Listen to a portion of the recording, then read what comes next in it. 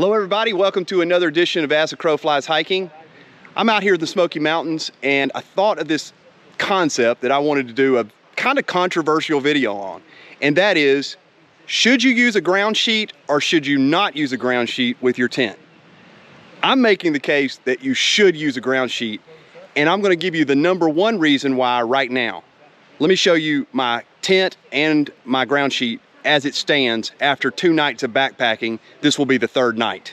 As you can see, my tent is completely dry on the bottom and it has no leaves or residue or pine straw or anything like that.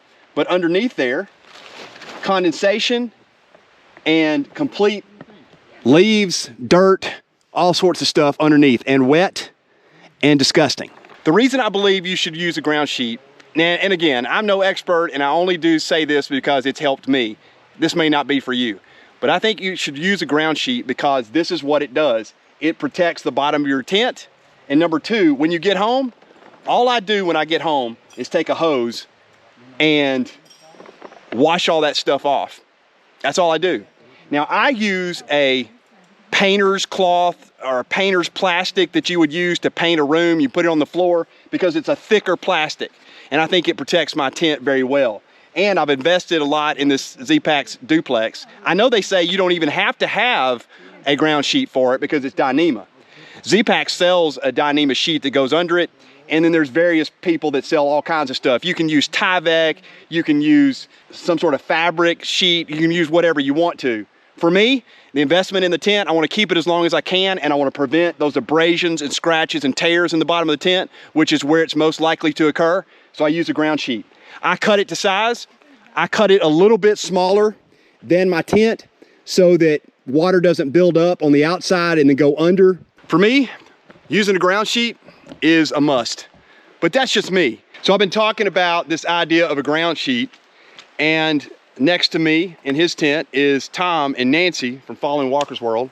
So I want to get his opinion on a ground sheet. Tom, what do you think? Well, I think they're good for condensation, mud, leaves, dirt, abrasion.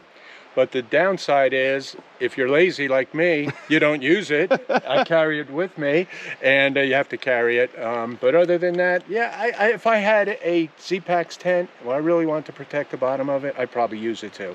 Yep. Yeah, that is the downside. So the downside is whatever you get, Tyvek, or just a ground sheet that comes with the tent. Or a Nyloflume, you know. That Nyloflume. Oh yeah, I forgot about Nyloflume. Those real thin stuff. Thin. That's what, yeah. And you can put that underneath, and that's light, and you can shake that out and put it on the outside of your bag. So that in the morning, you know, you get up and just roll it up in a ball, stick it in your mesh. And that's a good point, and that's what I do with mine. Mine's that thicker, like painter's plastic. So it's a little heavier, and I put it on the outside of my pack, so any condensation that gets on it is going to roll out the mesh. Or dry. Yeah. Or dry. Yep. You may have different ideas. If you do, let me know in the comments below. You know, it may not be for you. It just happens to work for me. Anyway, thank you guys for watching this short episode of As the Crow Flies Hiking. I hope you enjoyed it, and I hope you'll comment below. Tell me what you do for a ground sheet. For me, it's a must. See you next time on the next episode of As the Crow Flies Hiking.